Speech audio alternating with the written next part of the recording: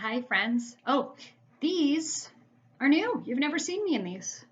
These are called, I think they're called blue light blocking glasses.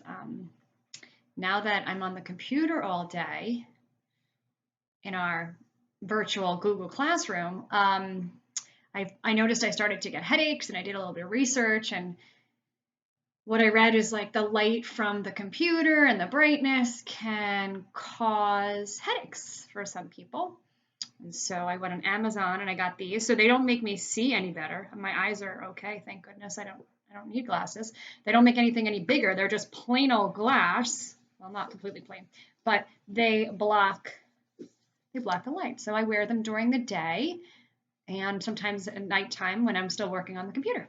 And I'm not getting headaches anymore, so I guess they're working. And Nicholas doesn't wear glasses either, and he thinks these are so cool, and he likes to pick them up and try them on. My friends who wear glasses, does that happen to you? Do your brothers and sisters or other members of your family try out your glasses? And I know that's not good with prescription glasses because it changes how you see things, and that can give you a headache. But Nicholas thinks it's funny to try on my glasses. You know how it goes. I'm sure you're really missing all my Nicholas stories. Glad I could fill you in with one. All right, so here's the story with the tracking of the one and only Bob. You know, it was supposed to be Monday, 2 days ago. And then it was supposed to be Wednesday, today. And when I checked yesterday, it said Friday. And when I checked today, it said Monday. So I called Scholastic and I thought, maybe something is wrong. And sure enough, there is a recording as soon as you call Scholastic that says that due to precautions that they're taking for the people who work for Scholastic, which is making things take longer, and the delayed shipping, things are very much delayed. And I will tell you, I had the order in April, and here we are almost mid-May. So I am very sorry.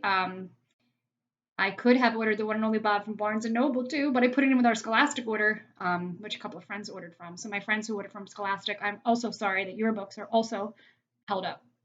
But we are going to read the one and only Bob when it gets here. Hopefully it gets here by June 24th.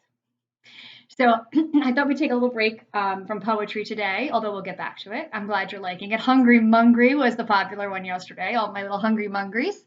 And I'm going to read you a picture book that I very much enjoy. It is called Up and Down, and it is written by Oliver Jeffers. And on the back it says, once there were two friends, one of whom wanted to fly. You see a picture of a cannon there.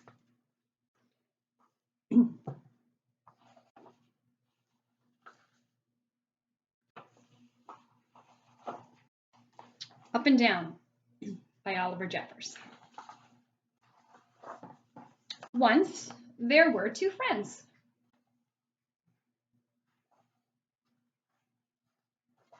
Who always did everything together until the day the penguin decided there was something important he wanted to do by himself. Fly. It's pretty cool. Have any of you ever wanted to fly? That would be a pretty cool superpower. He did own wings after all, although they didn't seem to work very well. But that didn't stop the penguin from trying. Nothing worked, and it wasn't long before he began to run out of ideas. The boy even offered him a ride in his plane, but it wasn't the same. The penguin wanted to do this by himself. Independence. He wanted to be independent. After doing a bit of homework, it seemed like the odds were against him. And together they decided it was time to ask for help. There's a sign here that says zoo, and the elephants are this way, and the birds are that way. Notice which way they're going, towards the birds. Oh, kind of like our virtual field trip to the Cape May Zoo. And there's a poster here. It says, ever dreamed of flying? Are you short and fat? The traveling show is looking for a new living cannonball. Before they could ask, something caught the penguin's eye, and he knew this was his chance. In his excitement, he rushed off without a word, and the boy didn't know where he had gone. He looked everywhere and even thought he'd found him for a second. But none of these penguins knew how to play his favorite game. That game that we saw them playing earlier when he first walked away, that's called backgammon. Meanwhile, the penguin had found the right place and was hired on the spot.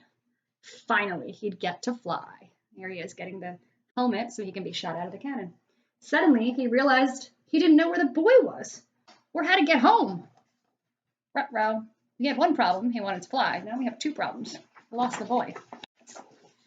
Later that night, when the penguin should have been excited, he couldn't help but miss his friend. Likewise, the boy could barely sleep for worrying about his friend. The next day, the boy tried to think of all the places the penguin might go. When something caught his eye, he didn't have much time. And here it says, all new, living cannonball tonight. And there's Penguin with the helmet on. So he doesn't have much time. Tonight's the night. The penguin's moment had come, but suddenly he wasn't sure about flying anymore. He wished the boy were there. Had his friend even noticed he was missing? Of course he noticed. He's been all over looking for him.